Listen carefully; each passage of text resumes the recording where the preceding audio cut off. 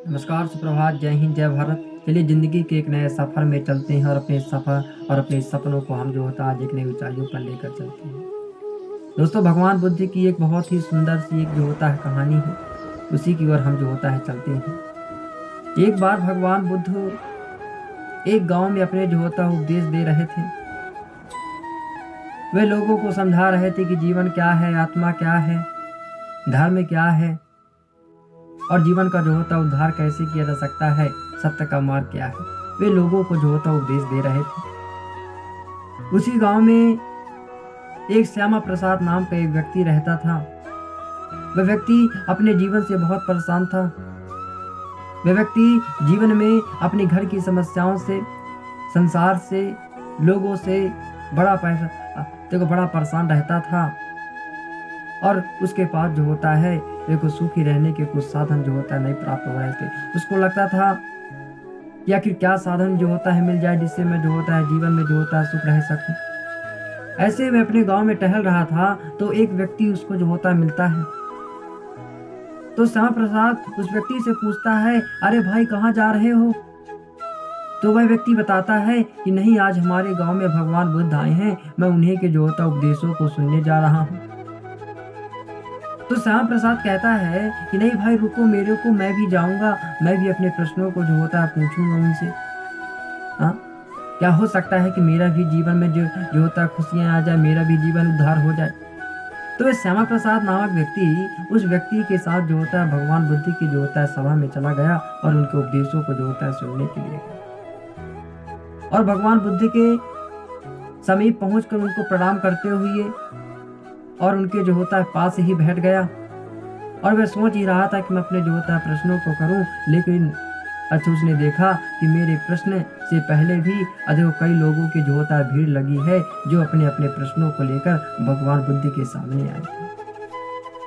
वह काफी देर तक बैठा रहा और बैठे बैठे वह देख रहा था कि भगवान बुद्ध हर एक व्यक्ति के प्रश्नों का उत्तर दे रहे हैं, और उत्तर ही नहीं दे रहे हैं बल्कि इतनी सहजता से, इतने प्रेम से, इतने वात्सल्य से उत्तर दे रहे हैं कि वे पूर्ण रूप से संतुष्ट हो जाते हैं और उनको उनके प्रश्नों का जवाब मिल जाता है।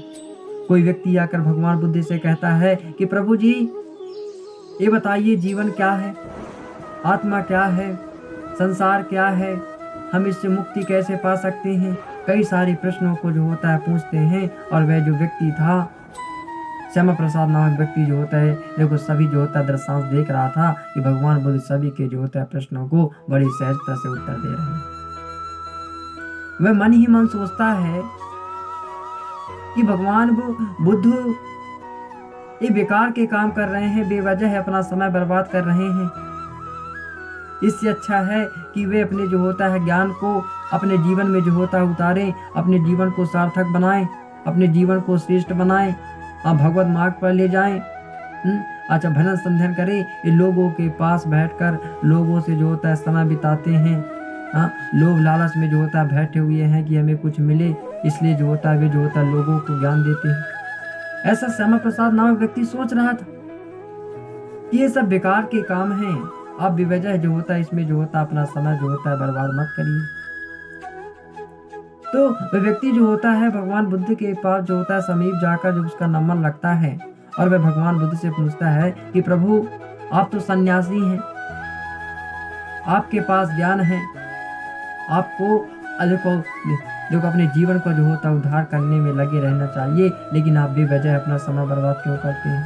आप लोगों को ज्ञान क्यों देते हैं? आप लोगों को ज्ञान क्यों देते हैं?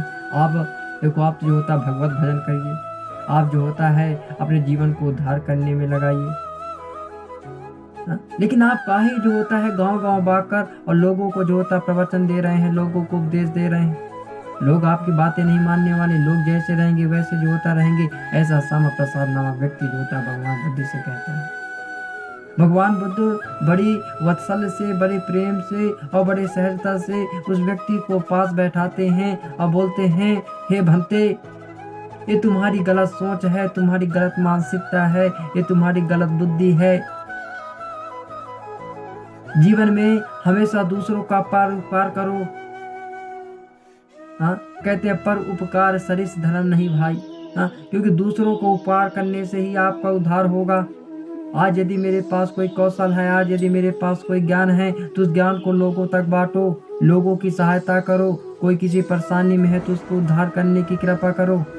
ये नहीं कि केवल जो होता है स्वार्थवश हम केवल जो होता है अपनी इच्छाएं पूर्ति करें, हाँ, अपनी सेवा में जो होता है लगे रहें।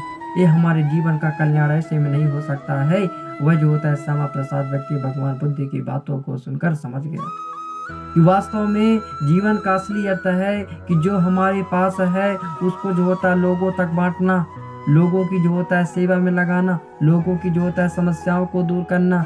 ये नहीं कि केवल हम जो होता है स्वार्थी होकर और अपनी सेवा में ही लगे रहें, अपना ही उपकार करते रहें। दोस्तों, इस कहानी का तात्पर्य है कि हमें हमेशा सद्भाव के साथ, सहिष्णुता के साथ, प्रेम के साथ, वात्सल्य के साथ लोगों की सहायता करनी चाहिए, लोगों की सेवा करनी चाहिए और जो दूसरों को उपकार हो सके उसको करना चाहिए। तभी हमारे जीवन का कल्याण हो सकता है। दोस्तों, इसी के साथ जय हिंद, जय भारत। मैं ऐसे ही कहानी के साथ आपके पुनः नई वीडियो में मिलूंगा। इसी के साथ जय हिंद, जय भारत।